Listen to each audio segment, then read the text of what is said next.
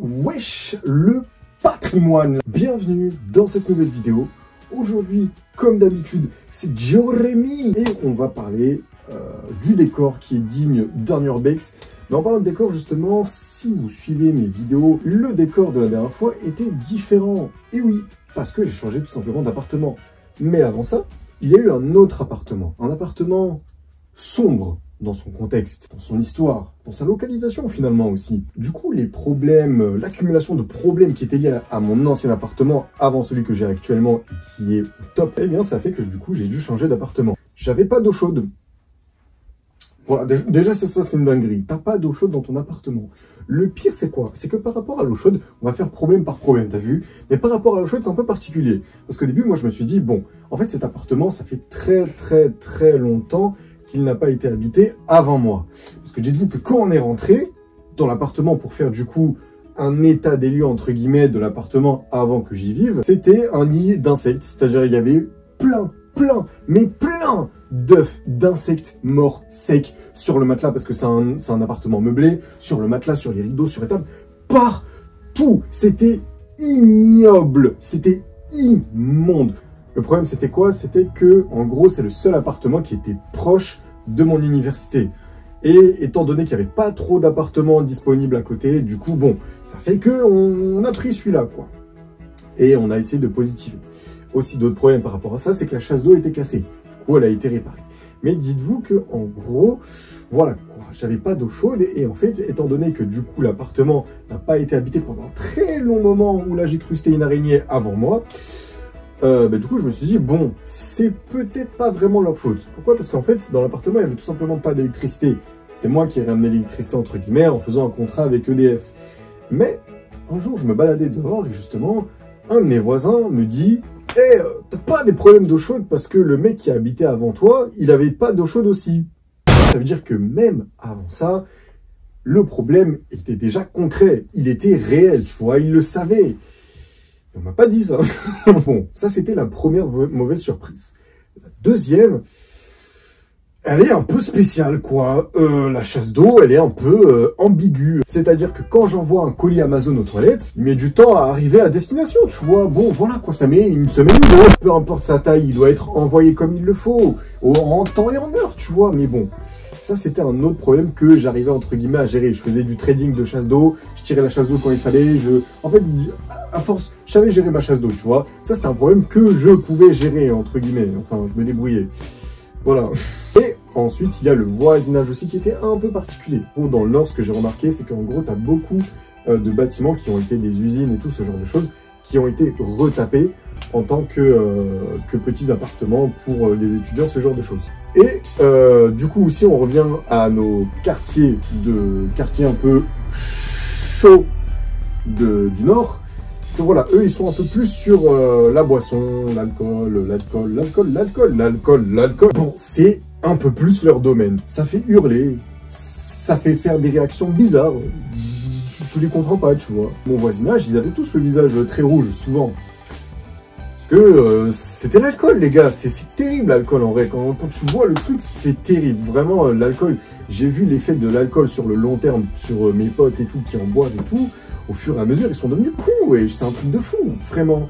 Pour ceux qui hésitent à boire de l'alcool, ne le faites pas, si vous avez jamais bu, vous êtes des gros BG, bienvenue dans le club, quoi. Du coup, bon, voilà, c'est des gens qui boivent beaucoup d'alcool, du coup, tu les entends souvent crier pour rien, genre, t'as vraiment véridique.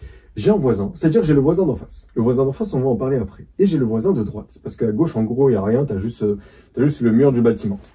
Mon voisin de droite, dès qu'il vient me parler, il sent l'alcool. Enfin voilà. La nuit, il se réveille. Ah! Il dort. C'est ça tous les jours.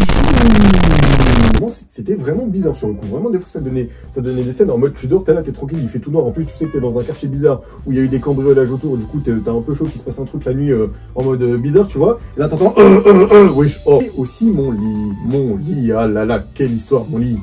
Mon lit, en gros, il a des planches variables. C'est-à-dire, faut les gérer, faut être doux avec. En gros, parce qu'en fait, je m'allonge sur mon lit. Et en fonction de ma position, les planches qui soutiennent mon matelas, elle pète et ça fait des bruits immenses. C'est-à-dire que t'es là, tu dors, du coup t'oublies que t'es sur un lit en mode c'est une mine, tu te retournes, tu tombes. C'est horrible, je pouvais pas dormir. Et aussi l'état de mon appartement, parce que dites-vous qu'il a été nettoyé 3 fois et 3 fois, il a même pas changé. J'ai fait plus de ménage que les femmes de ménage qui étaient...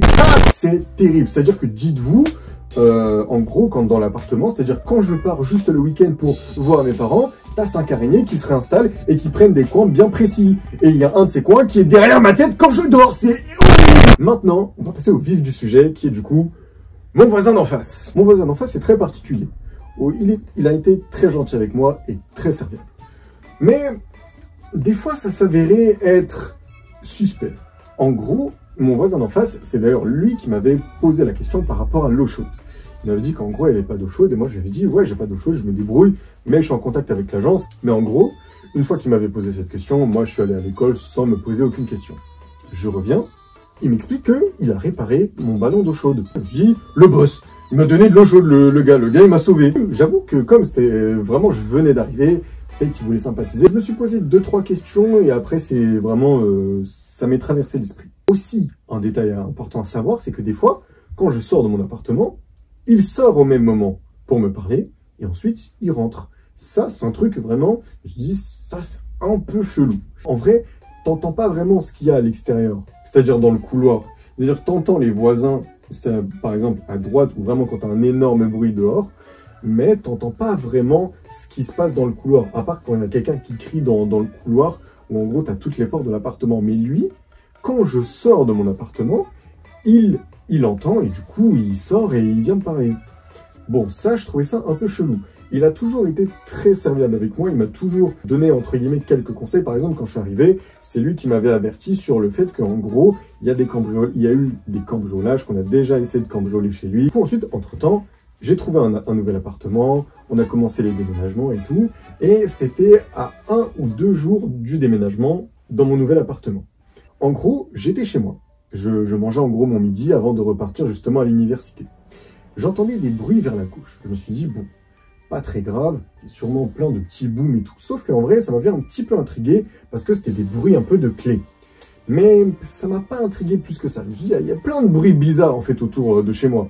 Du coup, je me dis, c'est encore un truc bizarre qui me concerne pas. Et du coup, voilà. Mais bon, c'était un bruit de clés.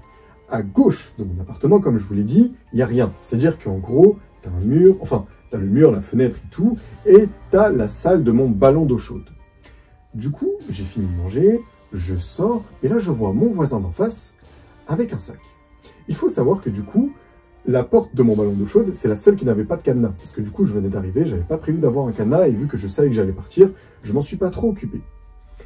Du coup, ce que j'ai compris quand j'ai vu ça, en gros, j'ai vu mon voisin d'en face avec un sac. Et du coup, il revenait de la gauche. Ça veut dire que j'ai compris qu'il était dans la salle de ballon d'eau chaude et qu'il avait pris un sac et qu'il était parti. Et qu'il venait de sortir en gros de la salle du ballon d'eau chaude. D'ailleurs, c'est une très petite salle, donc voilà, on ne peut pas y faire grand-chose. Et du coup, quand j'ai vu ça, il y a eu un petit flash qui m'est traversé l'esprit. C'est qu'en gros, il a un cadenas qui met uniquement dans ma salle de ballon d'eau chaude quand il n'y va pas.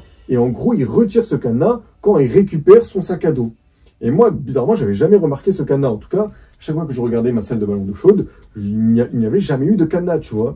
Et du coup, je le regarde, je fais, tu viens de récupérer ton sac de ma salle de ballon d'eau chaude, là, tu vois. Et il me dit, oui. Enfin, il a capté, en tout cas, qu'il y avait un truc bizarre qui s'était passé. Et du coup, ensuite, la discussion s'arrête là, et je me casse. Je me suis dit, trop bizarre.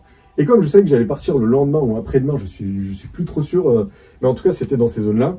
Tu vois, je me suis dit, je vais me casser, ça va me plier, je vais résilier mon contrat, je vais tout résilier, et ça va être fini. Mais, un jour, du coup, après avoir emménagé dans mon nouvel appartement, je suis retourné dans mon ancien appartement pour bien le nettoyer et ensuite faire la remise des clés. Tu vois, il n'y avait pas de cadenas dans ma salle de ballon d'eau chaude. Je me dis, et si je jetais un coup d'œil dans la salle du ballon d'eau chaude? J'ouvre et je vois le sac à dos en question. Il y avait aussi d'autres trucs. Il faut savoir que déjà, nous, personne n'a de balcon, personne n'a de petit jardin, personne n'a rien qui concerne en gros une extension de ton appartement qui peut mener sur l'extérieur, à part une simple fenêtre, tu vois. Mais il y avait de l'engrais. Je sais pas ce qu'il faisait avec cet engrais, mais il était là. Et tu avais une boîte à outils renversée, et tu avais sur le ballon d'eau chaude le sac. Mais j'avais une petite pression. Parce que dites-vous qu'il sait quand je sors et quand je rentre dans l'appartement.